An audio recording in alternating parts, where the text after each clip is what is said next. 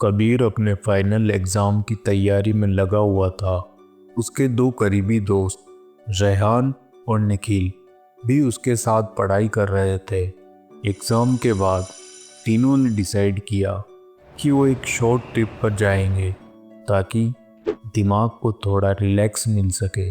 Plan बना कि तीनों निखिल के मौसा के यहाँ फार्म हाउस पर जाएंगे, जो कसेरा हिल्स नाम के एक शांत और पुराने गांव के पास था।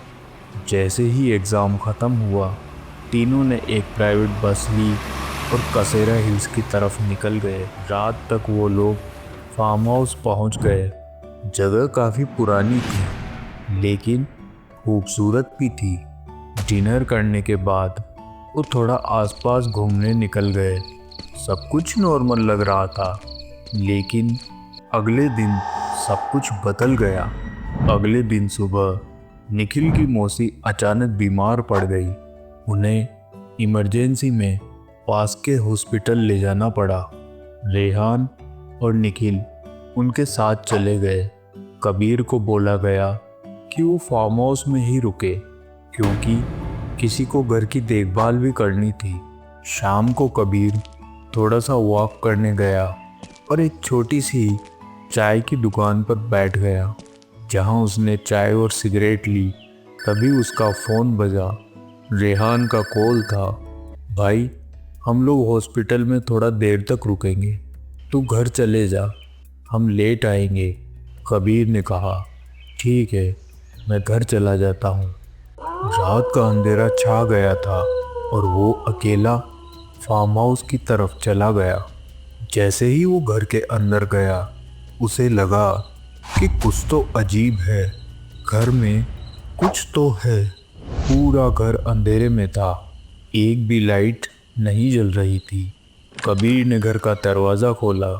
घर में बिल्कुल सन्नाटा था, लेकिन हवा में एक अजीब सी ठंडक थी। उसने रेहान को कॉल किया, भाई घर में कोई नहीं है और पूरे घर में अंधेरा है। रेहान बोला, हाँ भाई, मौसी की हालत काफ़ी सीरियस है, हम रात तक वापस नहीं आएंगे, तू बस अंदर से दरवाज़ा लॉक करके सो जा। कबीर ने दरवाज़ा बंद किया, थोड़ा खाना खाया और फिर म्यूज़िक सुनने लगा। रात के 12 बज चुके थे। तभी उसे लगा जैसे कोई घर के बाहर से चल के गुजरा हो। पहले उसने इग्नोर किया, लेकिन कुछ ही देर बाद उसे किसी के दौड़ने की आवाज़ सुनाई दी। वो चौंक गया, घर में तो सिर्फ वो ही था। तभी अचानक उसने पड़ोस के कमरे से एक कुर्सी के गिरने की आवाज़ सुनी। उसका दिल जोर से धड़कने लगा। उसने तुरंत अपने रूम का दरवाज़ा अंदर से लॉक कर लिया। तभी बाहर कुत्तों के भौंकने की तेज़ आवाज़ आई, जैसे किसी अनजान चीज़ को देखकर वो पागल हो गए हों। कबीर डर के मारे बेड पे चिपक सा गया था। अचानक उसके कमरे की खिड़की के बाहर एक औरत का चेहरा दिखाई दिया। सफ़ेद साड़ी, लाल आंखें और ज़मीन तक लटके हुए उसके बाल।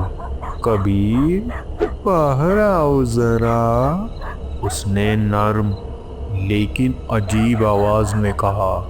कबीर का खून उस वक्त जम गया जब उसने पहचान लिया कि ये तो निखिल की मौसी है, लेकिन वो तो हॉस्पिटल में थी।